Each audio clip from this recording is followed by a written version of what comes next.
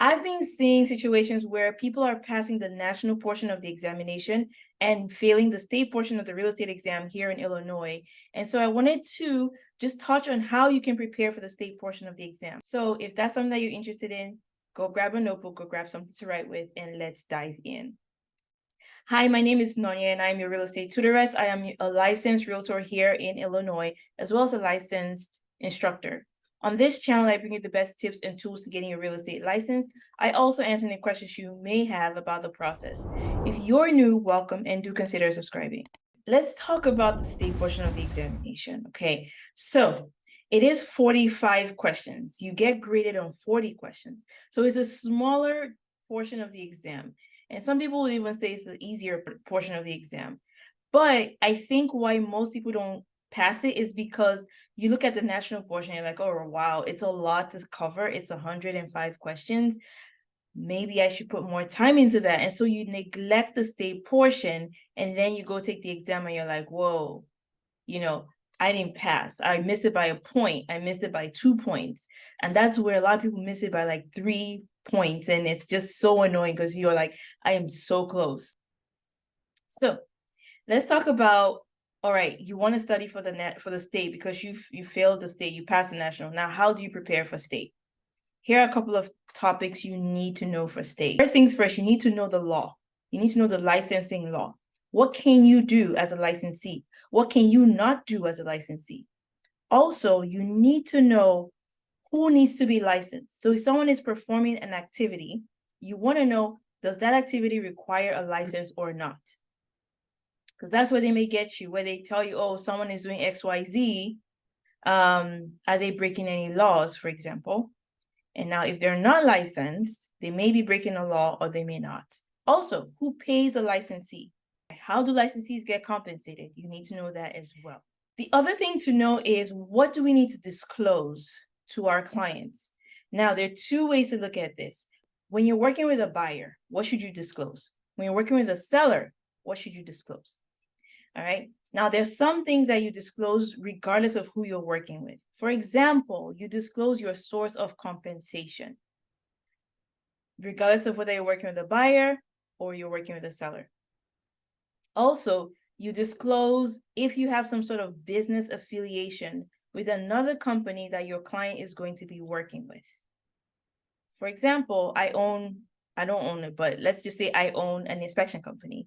All right. And if my clients are using an inspection company, I need to let them know, hey, I'm an owner and I will indirectly make money if you use them. But I can't require that they use my inspection company, because that would be considered a tie-in agreement, which is illegal. If you're working with a seller, you want to disclose things about the property, its condition, the Illinois Real Property Disclosure form that the seller needs to fill out. All the items in there need to be disclosed, right? Did the seller live in the property for the last 12 months? Are there issues with the plumbing, with the electric, with the water source to the property? All of those things listed there, we need to disclose to any potential buyer, as well as lead and radon if applicable, right? Do we need to disclose things about the neighbor's property? Of course not. Do we need to disclose things about the city council and what they're voting on tomorrow? No, that has nothing to do with the property we're trying to sell. Okay. Now on the buyer's side, if I know something about that community that I think my client should know, even if it has nothing to do with the property, perhaps it's a good idea for me to disclose that. So it depends on who you're working with. Most times on the exam, from what I've seen, they talk more about the listing side, what do you need to disclose, versus the buyer side, because the buyer side is more subjective. It just depends on what I think is necessary or I need to disclose, versus the listing side, where this is what the law says you need to disclose.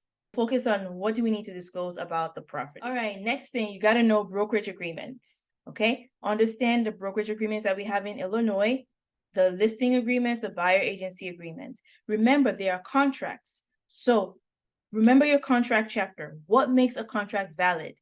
Remember also in Illinois, there are rules about exclusive brokerage agreements. Those must be in writing. Who needs to sign the contract? That's all part of contracts. What needs to be in the contract? Okay. Next thing you need to make sure that you're aware of is agency relationships. Okay. So What type of agent are you? Are you a designated agent or not?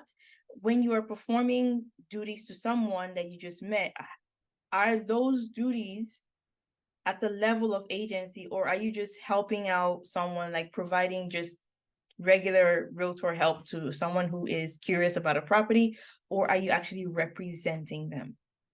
Okay. Remember dual agency as well. Make sure you know dual agency, single agency, designated agency, universal, special, all of those types of agents. Make sure you know the definition of all of those. Also for state, make sure you know fair housing. Fair housing always pops up, federal and state. Know the federal and know the ones that Illinois added on, and keep them separate. I have some videos where I talk about them, but go in and make notes about it. Keep them separate, because what they like to ask on the state portion of the exam is which ones are from Illinois, and they'll give you a list, and you better pick the one that's from Illinois, right? Because then they mix it up with the one that's federal as well. And then also, of course, know steering, know about block busting or panic selling, right? Make sure you know all those antitrust type things. That's all kind of part of fair housing, redlining as well. Okay, so earlier I talked about disclosures, right? What you need to know about the property and all of those things. Now, another thing you make sure you know, and this is with laws, right? For when you're working with a seller, right? Make sure that you get permission to advertise the property. That's one thing that comes up and people are like, wait, what? I got the listing. Yes, you got the listing, but you also need the seller's approval to advertise the property. If you look in your book, as part of the things that you could get disciplined for, one of them is not getting permission to put a sign on the property. And also, as you study the state portion, make sure you also are aware of when you need to renew your license, what those dates are. When we talk about reciprocity when getting our license, what does that look like? Okay, and then finally, math. I think the only real Illinois specific thing is the transfer stamps. Make sure you know how to calculate transfer stamps. I can't seem to think of anything else you need to know in terms of math that's specific to Illinois. And I have a couple videos, and if you go to the community tab, I have a couple things in there too that you can use to prepare and review. Okay, don't be overwhelmed. Take it one bite at a time. Use the candidate handbook as a guide so that you know everything that you need to study. If you need study group partners, all of those things, get them. Know the vocabulary, because that also gets people in trouble sometimes. Let me know in the comments if you have additional questions. Hopefully this video, you found it helpful, and I will see you in the next one.